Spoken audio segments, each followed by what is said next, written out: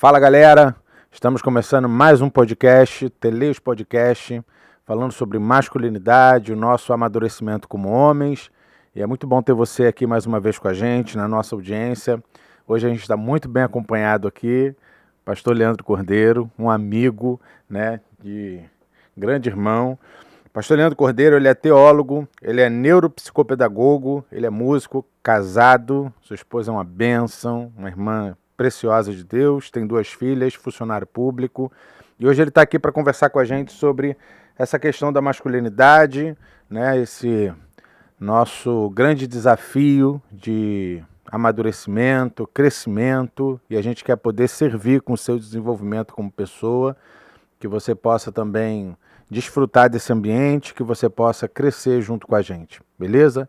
Pastor Leandro, e aí, como é que estamos? Como é que está a caminhada? Poxa, cara, obrigado pelo convite. Primeiramente, eu me sinto honrado. Esse tema é um tema muito importante nos tempos atuais e eu acredito que a gente vai poder conversar bastante sobre essa parte do comportamento, sobre os sistemas sociais, os sistemas emocionais e como o homem pode se situar nesses ambientes para que ele possa exercer um papel de hombridade, um papel bíblico, um papel importante que a sociedade necessita para que a gente possa ter digamos assim, uma estruturação, uma funcionalidade em áreas que a gente percebe, né, que hoje as famílias e a própria sociedade como um todo apresenta sintomas de dores relacionadas a essa omissão ou essa desregularidade do papel do homem na sociedade. Então a gente vai poder refletir algumas coisas sobre isso e eu acredito que vai ser bem legal. Legal. Primeira coisa assim que eu queria saber, neuropsicopedagogia. Isso. Tem a ver com a questão só infantil? Legal. Educação infantil, é isso? Sim, vamos lá. Boa pergunta. A neuropsicopedagogia, eu me interessei por esse assunto porque eu sempre ministrei aulas, sempre trabalhei com pessoas, levando pessoas a compreenderem, a aprenderem, a parte cognitiva sempre foi do meu interesse, né, como que eu poderia ajudar essa pessoa a aprender mais, a aprender melhor, como que eu poderia ajudar pessoas que tenham certas dificuldades no processo de aprendizagem, e a aprendizagem ela é ao longo da vida. Tá? Hoje, por exemplo, eu não me dedico a aulas para crianças, eu já me dedico a pessoas com maior idade, né? Então, nesse sentido, a neuropsicopedagogia ela veio me trazer ferramentas neurocientíficas da pedagogia, da psicologia, né? O nome tem essa composição, justamente para ajudar essas pessoas, não só em processos de aprendizagem, mas para me dar também, municiar com ferramentas, entender um pouco da mente humana, entender um pouco do que há de conhecimento científico acerca da neurociência, que tem ajudado a compreensão de muitos processos do ser humano.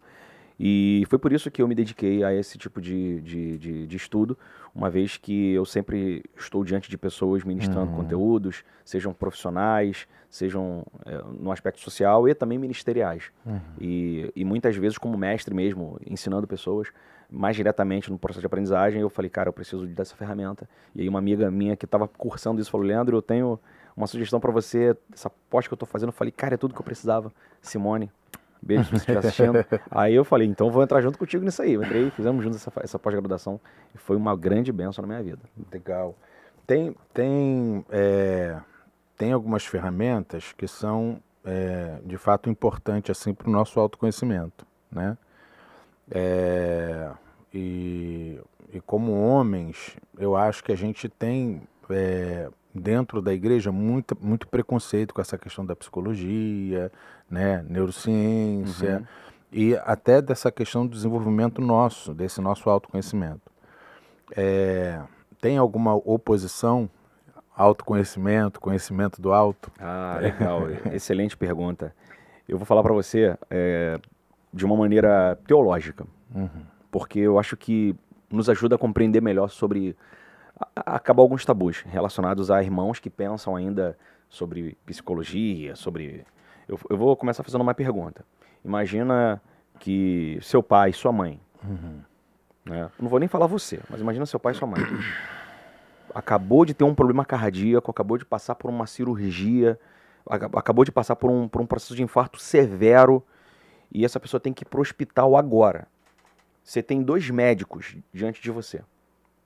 Você tem um médico que é cristão, que você conhece, e você tem um médico que é o melhor cirurgião de coração, que já recuperou muitas vidas, que tem um percentual de perda numa cirurgia baixíssimo, é o consagrado melhor, e outro é só um médico cristão, e que você não sabe nem se ele é cirurgião de coração.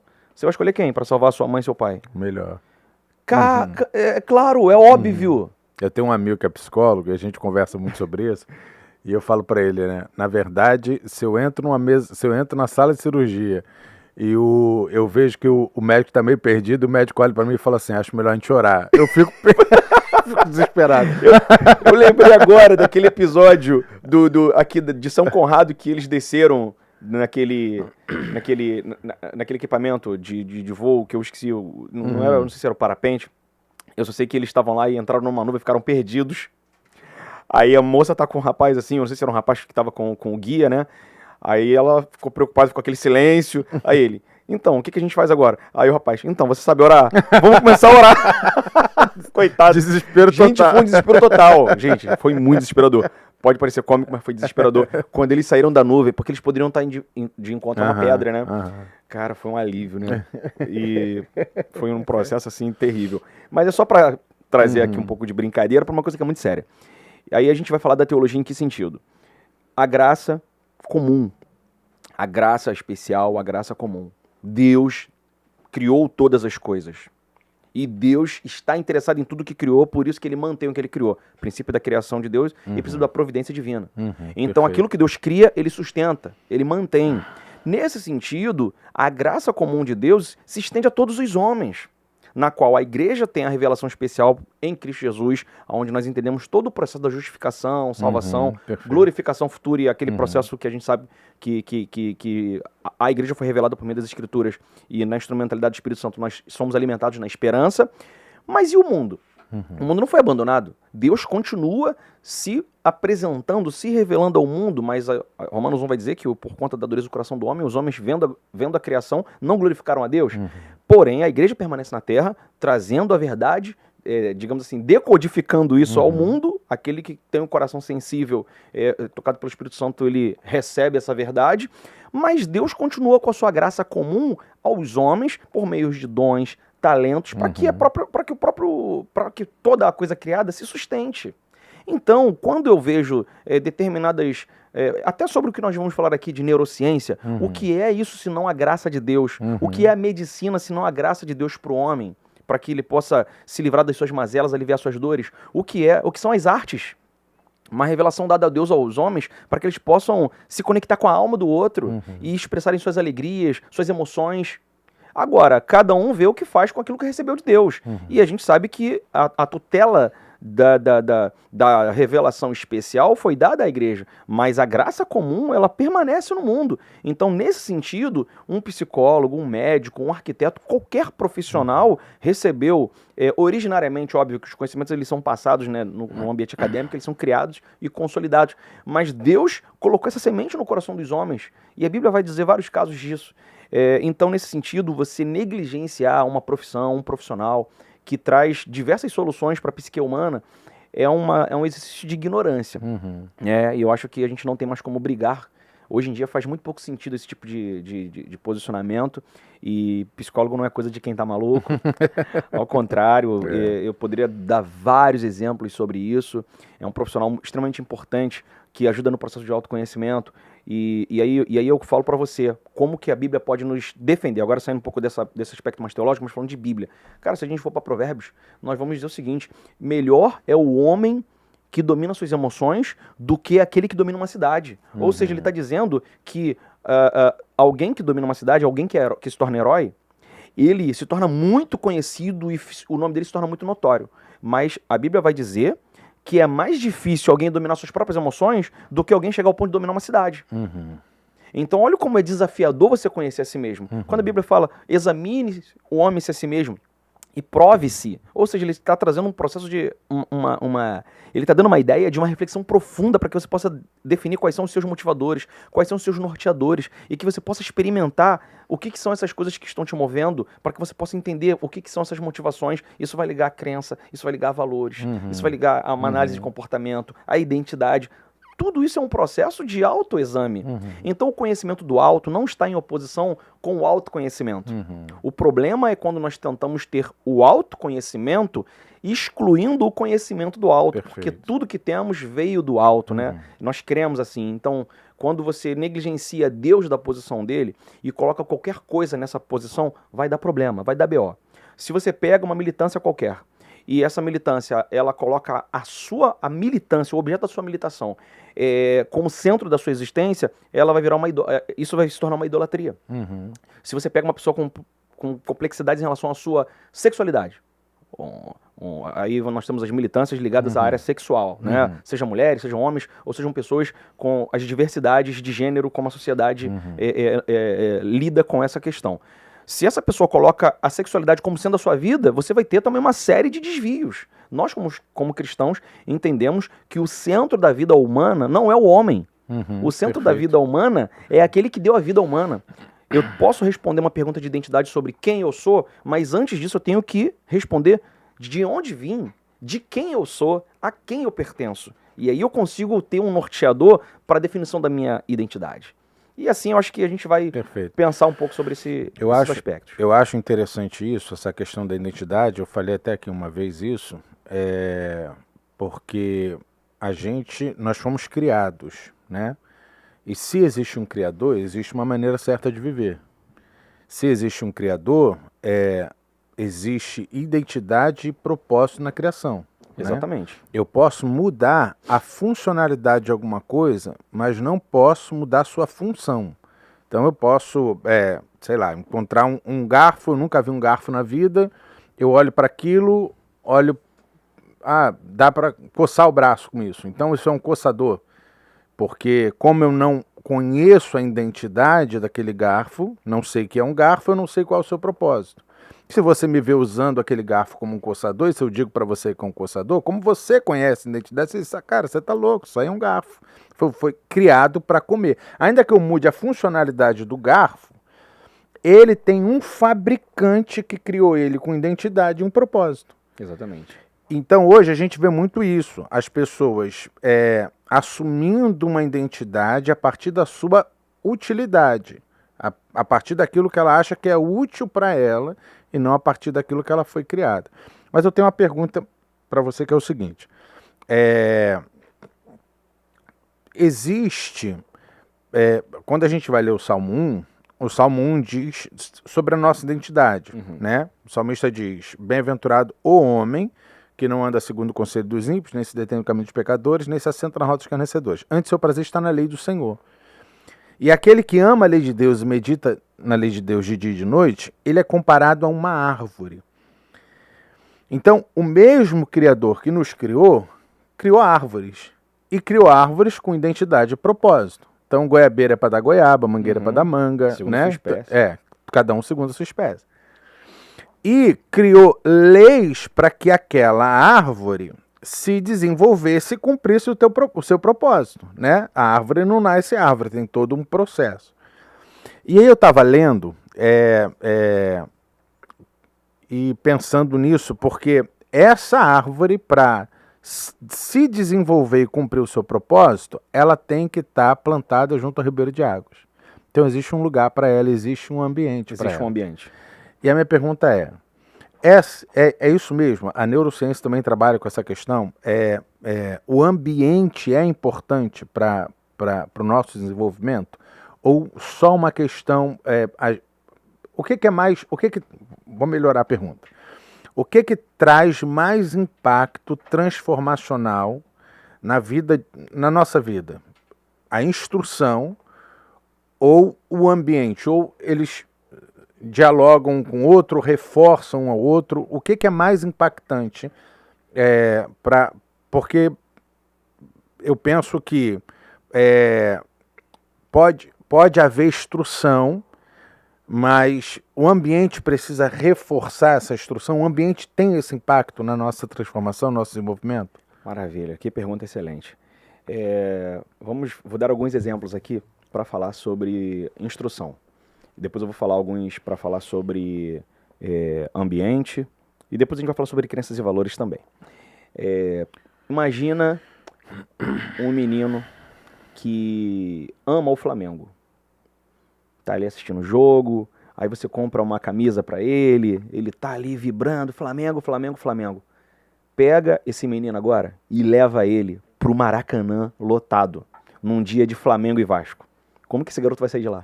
Ele vai sair de lá eletrizado. Ele vai sair de lá mais flamenguista do que nunca. Pega um muçulmano e leva ele, que nunca foi numa oportunidade, lá pra Meca. Como que esse cara vai sair de lá? Pega alguém que é apaixonado e fascinado pela história dos judeus, a história de Israel, e leva ele para uma viagem para Israel. Então você percebe nitidamente o quanto o ambiente ele é poderoso e ele cria impactos emocionais. Num evento, eu falei eventos de impactos emocionais, e a neurociência vai falar sobre as sinapses que são criadas com esse impacto emocional. Elas criam uma consolidação de neurônios tão forte que elas são guardadas para a vida toda, e a partir daquilo ela pode até alterar os comportamentos subsequentes do indivíduo.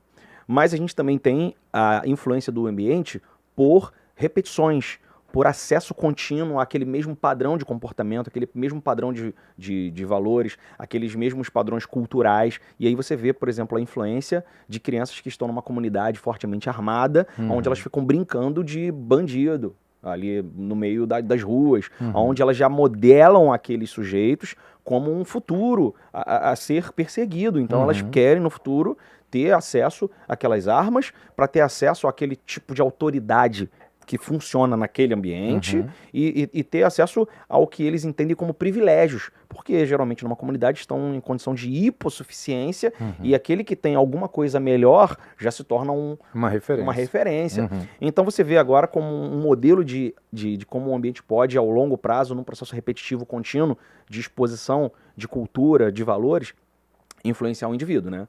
Agora vamos falar sobre a parte de instrução e depois a gente faz a correlação. Sobre a instrução, nós podemos pensar o seguinte: imagina que eu tenha que fazer um serviço aqui de hidráulica aqui. Imagina que eu tivesse que consertar, tá tendo uma goteira. Eu vou falar para vocês que provavelmente eu ia inundar isso aqui. Porque eu não tenho essa instrução. Perfeito. Eu não tenho esse conhecimento, eu não tenho essa habilidade, eu não tenho essa formação, eu não tenho essa competência. Ok? Agora, se você pega um bombeiro hidráulico, ele já vai pedir a planta aqui do espaço, ele já vai fazer uma leitura, ele já vai saber fazer um ataque, ele já vai no registro, ele já vai criar uma solução, porque ele tem habilitação, ele tem autoridade nesse assunto, e a autoridade vem com um acesso que foi dado a ele, uma habilitação que foi dada por meio de uma certificação. Então, o conhecimento, a competência, ela é extremamente importante para fazer você chegar num lugar onde você não sabe. Eu desejo determinadas coisas na minha vida, mas muitas delas eu ainda não consegui porque eu ainda não sei como fazer, ainda não sei como chegar, ainda não conheci as pessoas que podem me conceder esse conhecimento, esse acesso. Então, fazendo agora essa correlação, o que pode ser maior no indivíduo? Eu tenho um modelo que foi estabelecido por um psiquiatra na década de 30, que é o Robert Dilts. Ele criou um modelo chamado pirâmide de níveis neurológicos. Isso é um conhecimento muito utilizado por profissionais da área de desenvolvimento humano, programação neurolinguística e esses grupos que estudam a parte cognitiva do ser humano e comportamental. Cara, o Robert Dilts ele vai colocar uma pirâmide onde a base dessa pirâmide vai ser o comportamento. É ali que ocorrem, ali que se manifesta o comportamento humano. É o lugar visível. Ok? O ambiente é o local onde você vê o circo pegar fogo, onde você vê as coisas acontecerem. É onde acontece. E esse ambiente ele vai trazer limites, ele também vai trazer oportunidades. O ambiente, você se relaciona com a existência do outro. Então você sabe aonde você pode ir e até onde você não pode ir. Isso vai te dar muitas oportunidades, mas também vai te dar muitos limites. Porém, é o comportamento que tem prevalência sobre o ambiente, uma vez que você pode escolher o comportamento que você tem. Não é o ambiente não é determinante sobre o seu comportamento, mas ele é um fator de grande influência. Disse, por exemplo, aqui, você visitando o Maracanã, você vai entrar naquele êxtase, naquela euforia coletiva. Mas você pode se omitir. Você tem poder intrínseco dentro de você, porque carregado no teu comportamento, você tem uma série de outros fatores na pirâmide, que vão falar sobre os conhecimentos que você tem, sobre as suas crenças e valores, sobre a sua identidade, sobre o seu grupo de afiliação e a influência que esse grupo, que é o grupo mais originário, é um grupo de amigos, é um grupo da tua família, de onde você veio, e também da sua espiritualidade, do seu senso, propósito de existência. Tudo isso compõe de forma invisível o comportamento humano. Então existem itens que são de muito maior prevalência sobre o próprio ambiente. E aí eu falo para você qual o conselho que eu poderia dar. Você está num ambiente onde existem frequências muito divergentes, coisas que você não concorda, coisas que estão invadindo a sua forma de pensar, estão afrontando os seus valores. Cara, se você não tem força suficiente, se você não tem, digamos assim, condições de influenciar esse ambiente de uma maneira predominante, você precisa estar nesse ambiente. Uhum. Por que você ainda está nesse ambiente? Leandro, eu tenho a opção de não estar nesse ambiente. Então, cara, procure outro ambiente. Perfeito. Leandro, eu não tenho opção, esse ambiente é a minha casa. Leandro, eu não tenho essa opção, esse ambiente é o meu trabalho. Leandro, eu não tenho essa opção, esse ambiente é um lugar que eu preciso estar necessariamente. Ok, então você pode mudar o seu comportamento. Uhum. Então comece a trabalhar o seu comportamento e não utilize toda a sua energia no nível mais baixo, que é o nível do ambiente. Albert Einstein disse que nenhum problema pode ser resolvido no mesmo nível de energia que ele foi criado. Nenhum problema pode ser resolvido no mesmo nível de consciência, no mesmo estado de consciência que foi criado. Então suba o nível. Se o problema está no nível do ambiente, o ambiente é cheio de confusões, suba o nível da resolução, vá para o nível do comportamento. Por isso que você só é responsável por mudar o seu comportamento, porque isso é uma ordem. Cada um terá que mudar o seu. Uhum. E você não tem esse tipo de poder. Agora, você pode ser uma influência, porque você pode criar modelagem, você pode ser um modelo a ser seguido. Mas esse é o processo mais difícil. Acabei de falar. É mais fácil conquistar uma cidade do que dominar suas emoções. Uhum. Então, esse exercício de dominar a si mesmo, de conhecer a si mesmo, é um exercício que poucos se ocupam. Né? Então, acima do comportamento, você vai ter um norteador do comportamento, que é a instrução. O quanto você sabe sobre emoções? O quanto você sabe sobre o seu papel como um pai? O que você sabe sobre ser um bom marido? O que você sabe sobre ser um bom cidadão na sociedade? É impressionante, hoje. As pessoas, elas não, no geral, elas não se preocupam sobre isso. Uhum. Cara, o cara ele vai ser eletricista. Pô, ele tem que estudar NR10, ele tem que estudar várias outras NRs, ele tem que estudar uma penca de coisa para poder virar profissional. Ele vai estudar, ele vai trabalhar com qualquer outra coisa, ele vai ter que gastar um tempo se ambientando, um tempo se preparando, vai ter que fazer uma graduação. Mas ele vai ser pai e ele não se prepara para ser pai. Uhum. Ele vai casar, ele não se prepara para casar. Muitas vezes ele não se ocupa minimamente de fazer uma leitura, de uma literatura que dá uma instrução, que mostra um pouco como esse sistema, esse novo sistema, essa nova empresa, é uma nova organização que está se criando. Uhum. E as pessoas, elas não se ocupam de estudar sobre essas coisas. Ele vive num ambiente democrático, onde todo o poder originário, vem do povo. Ah, eu não acredito nisso, esses políticos... Cara, não importa o que você acredita, o importa o que é como acontece, como inclusive a legislação foi composta. Se você não está querendo entrar nesse jogo, você está sendo jogado de um lado para o outro nesse jogo. Você ainda não está entendendo o game. E aí o cara também não se ocupa de entender minimamente de como os processos sociais, políticos acontecem na sociedade, até para poder saber se posicionar e ter oportunidade nisso. E protagonizar situações que podem mudar a situação da casa dele. Tudo isso requer muito conhecimento e instrução, e por isso a instrução e o conhecimento, ela é um norteador muito importante para o comportamento. Ele vai se comportar melhor ou pior, dependendo do nível de competência, conhecimento que ele tem sobre aquela área.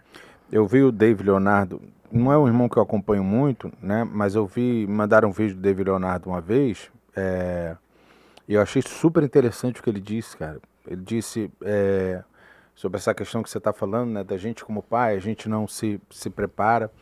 Ele falando, imagina que seu filho entrou no mar e seu filho está morrendo afogado. E você tem todo o amor do mundo para salvar seu filho, mas você não sabe nadar. Então, só o amor não é o suficiente se você não tem a instrução correta para poder salvar aquela criança. Então, só com amor você não salva, né? Se você não se preparou para aquilo. Mas o interessante é o seguinte, eu queria compartilhar com você e também te ouvir. Eu estava ouvindo ele é, eu não sei se você conhece, mas ele é neuropediatra. Ah, sim. O Dr. Saul Sipel, se eu não me engano é esse o nome dele. E ele falando o seguinte, que não é só a genética que nos define como pessoa.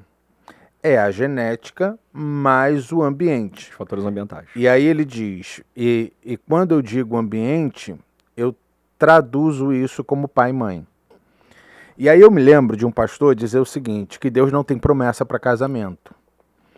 A promessa de Deus é para a família, porque Deus disse que em Abraão seriam abençoadas todas as famílias da terra. Quando Deus cria Adão e Eva, Deus não para em Adão e Eva, Deus diz que o projeto é que eles enchessem a terra, né, frutificassem. Que Deus não, se um homem está solitário, Deus não tem promessa de casamento para esse homem, mas Deus faz todo homem solitário habitar em família. E aí ele diz algo interessante, ele diz que casamento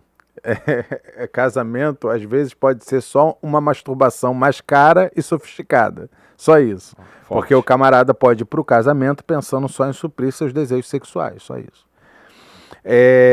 Mas que Deus tem um projeto com família, e por isso Deus criou homem e mulher. Seres distintos, com o mesmo nível de glória, porque de honra, né, de dignidade, os dois criados à imagem e semelhança de Deus, mas com papéis definidos, com estruturas distintas, para que esse fosse o melhor ambiente para construção saudável, desenvolvimento saudável, construção cognitiva saudável de uma criança. E aí, a gente vê hoje o seguinte, eu estava lendo um artigo que fala o seguinte, muito dessa questão da homossexualidade, a gente vai entrar aqui num campo meio minado, mas assim, muito dessa questão da homossexualidade se fala da ausência paterna, né, todas essas questões. E aí eu li um artigo que fala sobre essa disfunção desse papel homem e mulher na vida de uma criança. Como não há mais esse estabelecimento de que uma criança cresce sabendo, não, eu olho para minha mãe e vejo mulher é mulher, eu olho para meu pai e vejo homem é homem, e eu consigo ter essa distinção, minha sexualidade é formada a partir disso e tudo mais. Como a gente não tem mais isso, ainda que a gente tenha o casal dentro de casa, muitas das vezes a gente não tem essa figura homem e mulher bem estabelecida. Às vezes a força que você encontraria no homem, você encontra na mulher. Tá dando pra entender? Não, eu tô conseguindo compreender. Então, assim, às vezes o menino, ele quer se identificar com a força da relação, só que essa força tá na mulher, não tá no homem. E Isso. o homem não tá exercendo o seu papel, seu propósito como homem. E aí eu li nesse artigo até uma frase interessante, que ele diz o seguinte, que o homem e a mulher foram criados com identidade e propósitos distintos. Que a mulher foi criada para gerar família e o homem foi criado para morrer por ela. Então, assim, essa disfunção, né, nessa relação homem e mulher pode estar alterando um ambiente que seria um ambiente saudável de fato para o crescimento de uma criança e para o seu desenvolvimento, para a sua formação da masculinidade de um menino, da feminilidade de uma menina, do caráter, isso tudo. Você falou que essa questão da comunidade, né, da favela, a gente tem um projeto social na Cidade de Deus justamente por causa disso. Porque a gente entendeu, e tem muitas reportagens, pesquisas sobre isso, estudo, de que uma criança que cresce numa favela, ela às vezes, um menino, né? O nosso projeto lá é só com meninos, é um projeto de formação de masculinidade. Então, quando um menino olha ao seu redor, no seu ambiente, ele vê que o traficante é o poderoso da favela. É o dominador. É o dominador. E é com quem ele se identifica. Porque isso está muito ligado à fisiologia do homem. Perfeito. Testosterona. É o que eu quero ser, né? É. Então, ele vê o traficante é o respeitado, o traficante é o que tem a mulherada em volta. Então, com esse cara, é assim que eu quero ser. Isso aí. E muitos meninos com 10, 11, 12 anos já estão ingressando para o tráfico, tendo o tráfico como carreira, né? Eu quero chegar a ser o dono da boca e tudo mais. Às vezes até como a única opção, né? Como a única opção. Achando que é a única opção. Então a ideia do projeto lá é futebol, judô, né? Música, o Geis está até ajudando a gente lá. E a ideia é que a gente consiga quebrar essa referência esse padrão. E ter uma outra referência, né, para esse menino. Mas voltando a essa questão, esse ambiente, de fato, do lar, homem e mulher, isso de fato é importante para a formação da sexualidade, do caráter, de um menino, de uma menina? Beleza, eu vou resumir a sua pergunta para depois estabelecer a resposta. Então, no caso, a figura, e aí eu vou trocar só alguns nomes para poder, a partir disso, a gente trabalhar de forma mais clara. O papel masculino e feminino, não vou nem botar homem e mulher. Sim, perfeito. Porque quando a gente fala de papel masculino e feminino, aí a gente vai começar a ver que muitas vezes a mulher utiliza esse perfil, esse papel masculino da relação, e muitas vezes o homem usa o feminino da relação. Isso acontece o tempo todo, é um cruzamento muito louco. A psicologia sistêmica ela vai falar muito sobre isso. Então, a ausência de uma das figuras, masculino e feminino, pode influenciar o crescimento, o desenvolvimento afetivo, emocional, cognitivo, sistêmico, comportamental dessa criança. A figura, ou então esses papéis trocados numa relação pai e mãe presentes pode também ser fator de influência. Então, tudo isso é possível.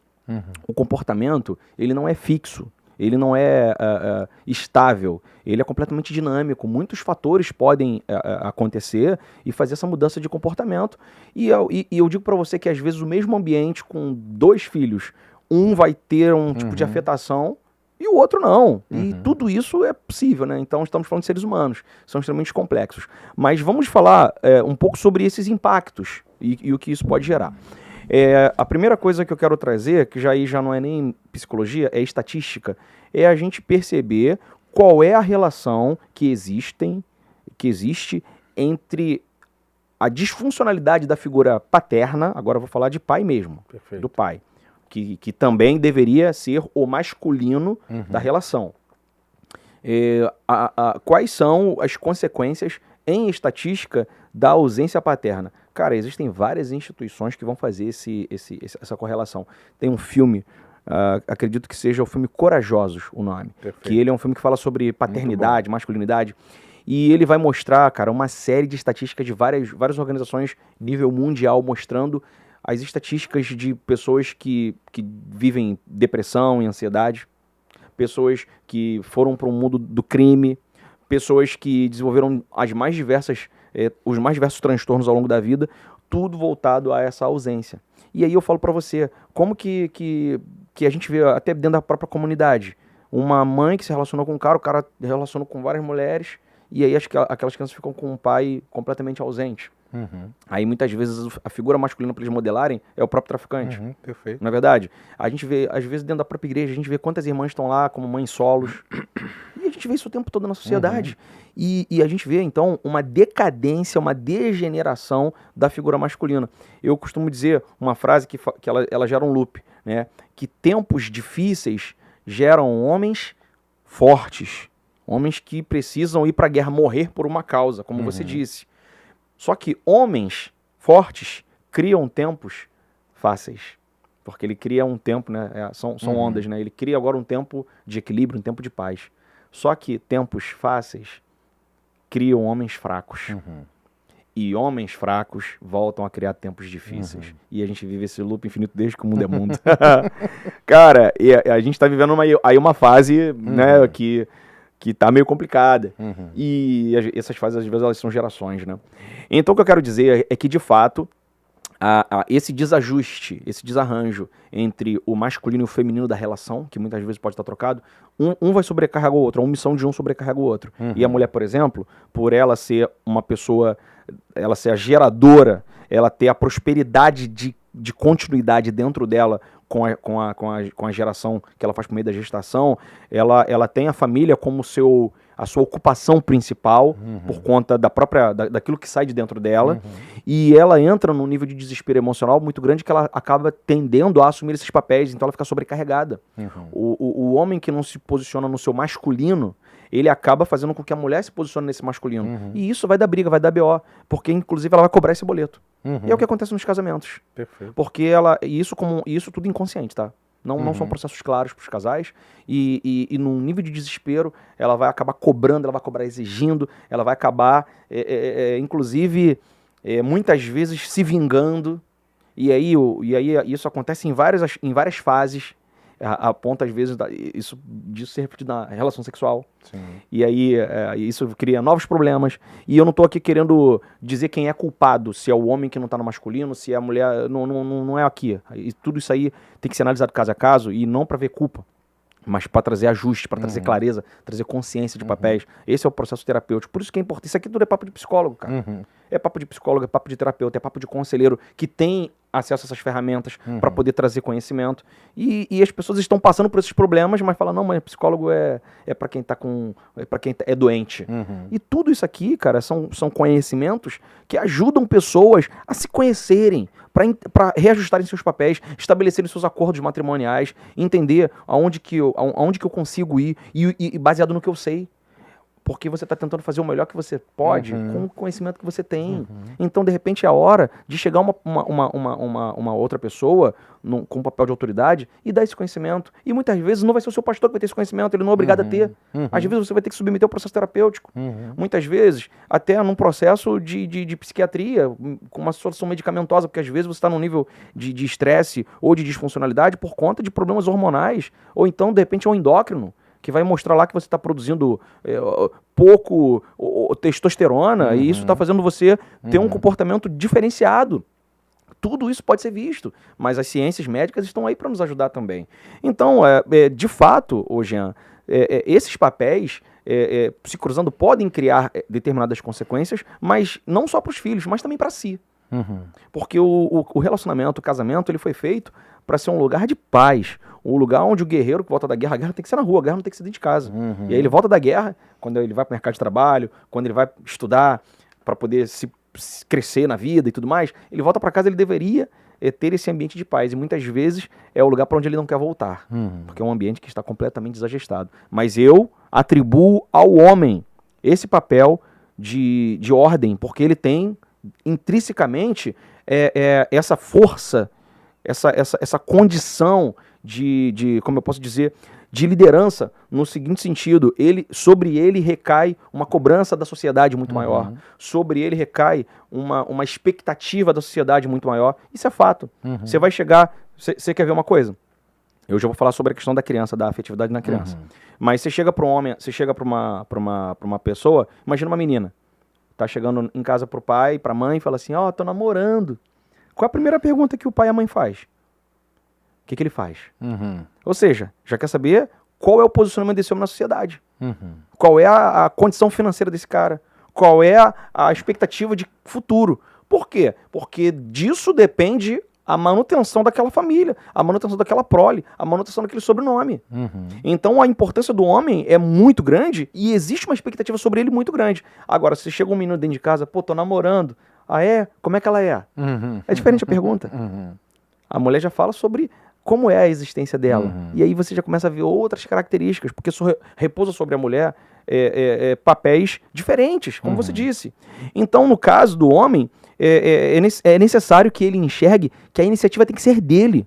Sobre ele repousa esse protagonismo também dentro da família. E geralmente isso fica na mão de quem? Da mulher. Geralmente se fala de família, só se pensa como a mulher tendo que fazer todo esse trabalho e o homem se ocupa de botar comida dentro de casa. Tudo isso tem que ser repensado, tudo isso tem que ser revisto. Agora, sobre a questão da criança, e aí, voltando a falar até, pensando nos meninos lá da comunidade e tal, cara, eu digo que a graça de Deus é o que, digamos assim, a graça nos basta, no sentido de que se não fosse a graça de Deus, estávamos fritos. Porque se a gente for ver as leis sistêmicas, as leis de muitas abordagens psicoterapêuticas, o mundo já era para estar todo mundo, já era para estar um caos. No seguinte sentido, não que ela está preconizando isso, mas como ela enxerga as relações e estabelece esses vínculos, esses nexos, a gente começa a pensar, nossa, cara, realmente a coisa tende a dar muito ruim do jeito que está. Em que sentido? Se a gente for analisar o desenvolvimento infantil, o primeiro setênio, que é aí do primeiro ao sétimo ano, é um ambiente de muita afetividade, é um ambiente onde ela está criando ali as primeiras sinapses desde que ela nasceu, e ela vai criando toda uma gama de comportamentos baseados em emoções que ela sente. Então é o momento dela receber muito afeto, é o momento que ela está muito perto da mãe, onde a mãe está dando calor, está dando ali, produzindo ocitocina na amamentação, onde ela está promovendo afeto, abraço, palavras de afirmação e todo aquele tipo de desenvolvimento que a criança precisa ter do 1º ao 7º ano. Mas o que acontece? Quando chega ao 7º ano, meu querido, o homem também está presente, dando afeto, mas quando chega no 7º ano, é aí que a presença da figura masculina é muito importante. Em que sentido? Pensa nos espartanos, quando eles precisavam fazer aquele ritual de passagem. O filme 300 motos sobre isso. O garoto fazia 6, 7 anos, pega esse garoto, leva ele pro deserto de gelo, ele tem que passar, ele tem que sobreviver uma noite lá sozinho. Se ele sobreviver, ele vai ser saudado, recebido pela comunidade e vai ser gerado nele um coração de guerreiro. Isso fala muito sobre masculinidade, isso fala muito sobre a importância do pai, porque é o pai que cria o ritual de passagem. Sim. É o pai que agora vai gerar as competências ligadas à vida. De 0 a 7 anos é dentro de casa, é porta para dentro. A partir do 2º setênio, de 7 a 14, é porta para fora. É o pai que começa a apresentar essa criança ao mundo, os desafios, o seu papel e a sua missão. Eu costumo dizer, a gente perdeu essa questão do rito de passagem, né? Sim. E era o momento em que o pai dizia para o menino, agora você é homem. O pai anunciava o menino que ele era homem e o pai anunciava à comunidade que ele era homem. Então Exatamente. a comunidade o respeitava como homem porque o pai dizia. Isso aí. Nós não temos, a maioria de nós vivemos, né, de orfandade, não tivemos pais, pelo menos a maioria dos homens que eu conheço e que eu tenho trabalhado e ministrado, não tiveram um pai que os ensinasse a ser homem e tudo mais. E então nós perdemos essa figura que validasse a nossa masculinidade. E eu creio ser um dos motivos pelos quais muitos rapazes vão transar com um monte de menina e tal, para que na cama a mulher valide a minha masculinidade, dizendo o quanto que eu sou um homem maravilhoso, e aí eu preciso de outra mulher que valide isso, porque eu não tive essa validação, né? Na verdade, essa questão desordenada do homem querer transar com um monte de mulher, mostra o quanto ele é inseguro. Não é expressão da sua força, é expressão da sua fraqueza, Exatamente. Né? Não é uma masculinidade fraca. Tanto para o homem quanto para a mulher. Para a mulher. E nós trocamos, eu já falei isso aqui, nós trocamos o rito de passagem pela adolescência, né? Nós não temos mais o rito de passagem, e no lugar do rito de passagem nós temos, eu estava lendo uma pesquisa, rapaz, que diz que o homem só amadurece após os 60 anos. Por Nossa, meu Deus do céu. Por isso que minha esposa olhou para mim e falou, agora eu entendi. Por quê? E aí eu costumo falar isso quando eu estou ministrando para os homens, porque nós trocamos isso pela adolescência. Então, quando a gente vai ler na Bíblia, Paulo diz, eu era menino, agia como menino, agora eu sou homem, abro mão das coisas de menino. Então, biblicamente, ou você é menino ou você é homem, né? Ou você é homem com coisas de menino, porque você ainda não abriu mão das coisas de menino. Mas, quando a gente, e o conceito de adolescência é muito recente, quando a gente traz a adolescência, o que é o adolescente? O adolescente é o menino que agora ele quer direito de homens, né? Então ele não quer ter hora para voltar para casa, ele agora tem uma namorada, ele quer beijar na boca, ele quer, né, sair com a namorada, mas ele pede ao pai o dinheiro para sair.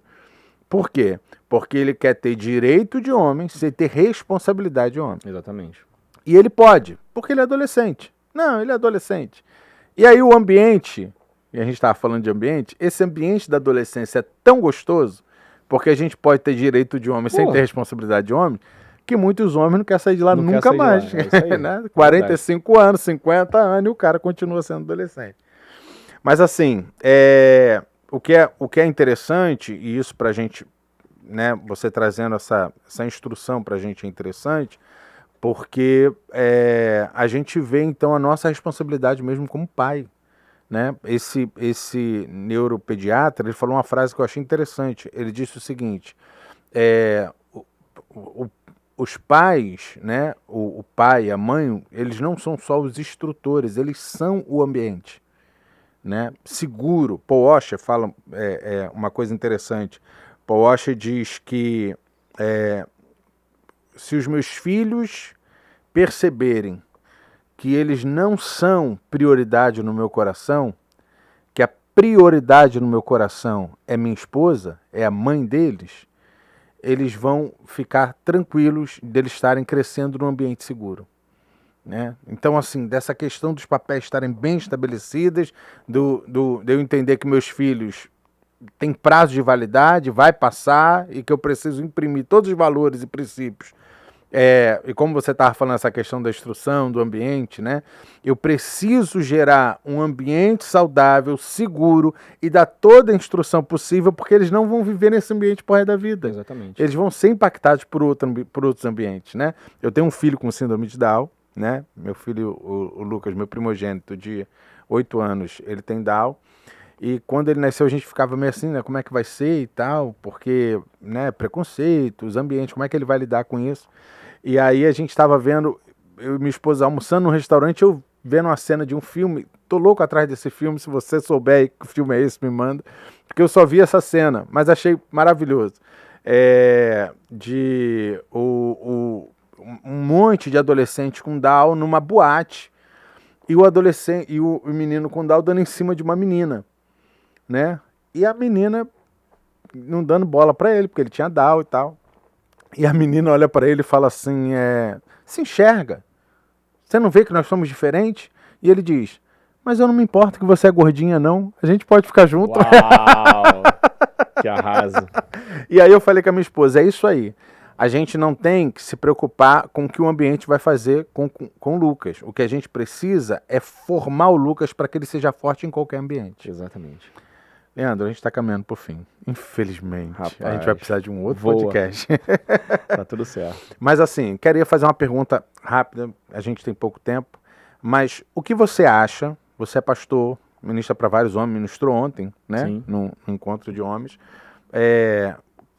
o que você acha que é a maior dificuldade nos tempos atuais da masculinidade, que o homem está enfrentando? Sim, eu acho que o maior desafio da masculinidade hoje é ser como Jesus, que traz uma figura perfeita de como lidar com a sua família, como lidar com a sua esposa. Foi muito bom você ter dado esse exemplo no final, porque tem pais que se casam com os filhos e abandonam a esposa, sendo que no final das contas ele casou com a esposa, daqui a pouco os filhos partem e o lar volta, é a síndrome do ninho vazio, né? Uhum. E aí você volta a ficar com a sua esposa, por isso que você tem que dedicar muito amor a ela, porque é para ela que você vai levar para o resto da vida.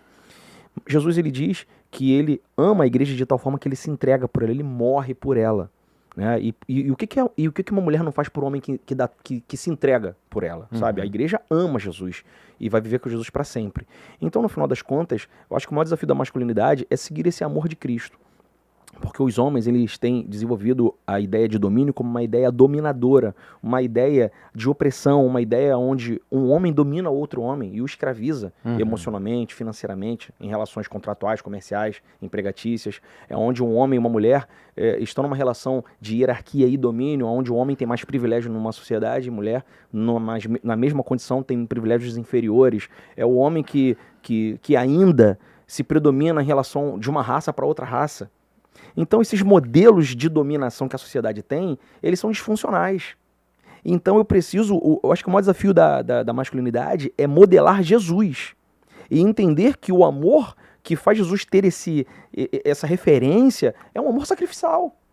Então, ao mesmo tempo que Jesus tem tudo, ele entrega tudo, sabe? E isso não é fraqueza. Ao contrário, isso é tanta convicção, isso é tanta certeza que isso é poder ilimitado. Eu acho que o maior desafio da sociedade, então, é compreender o amor que Jesus tem pela igreja e modelá-lo para a sua relação com a sua existência, com a sua esposa, com a sua casa, com os seus ambientes. Eu tenho certeza que esse homem é um homem notável, um homem que faz a diferença, um homem que inspira e inspirará a muitos outros. Amém. Amém. Meu irmão, o modelo de Jesus, então, não é um modelo autoritário. Não é por domínio, é por sacrifício e submissão. Jesus, o tempo inteiro que esteve conosco, dizia, eu só faço o que o Pai me mandou fazer, eu só faço o que eu vejo meu Pai fazer. Então a autoridade de Jesus não estava no domínio, a autoridade de Jesus estava na submissão sacrificial ao Pai. E Paulo vai dizer que Deus, o Pai, é o cabeça de Cristo, Cristo é o cabeça de todo homem e todo homem o cabeça da sua esposa. Então a mulher deve se submeter a um homem que está submetido a Cristo, porque não é a nossa vontade que predomina. A minha esposa vai me respeitar e vai me obedecer e vai me submeter se ela está vendo que eu vim trazer uma direção de Deus para a família e não algo que é o meu querer e a minha vontade. Né? Como Abraão chega em casa e diz para Sara, vamos embora. E Sara diz, para onde? Ele diz, não sei. Mas por que a gente vai? Porque Deus falou. E Sara vai lá, arruma as coisas e vai embora, porque ela está diante de um homem submisso a uma vontade. Né? Ele não está ali impondo a sua vontade, mas ele está submisso à vontade. Meu irmão, muito bom ter você conosco, Leandrão. Cara, Amém. Prazer demais te ouvir. A gente vai ter que ter outro podcast para isso. Né? Estou à disposição. Pastor Leandro, siga ele, sua rede social. PR Leandro Cordeiro, no Instagram. PR Leandro Cordeiro, Instagram do Pastor Leandro. Siga ele lá, um homem de Deus, vai abençoar a sua vida, tá bom? Ó, na segunda-feira que vem, nós estamos juntos aqui no nosso podcast, Teleios Podcast. Que Deus te abençoe, meu irmão, que você assuma a sua posição, que você abençoe sua casa, sua família, seus filhos, que você seja uma bênção para a sociedade, um homem posicionado, fazendo aquilo que ouviu de Deus para você fazer, cumprindo o seu propósito como homem, que você seja uma bênção em nome de Jesus. E como disse Davi, seja homem, tá bom, meu irmão? Deus te abençoe, abençoe sua vida, sua casa em nome de Jesus. Valeu!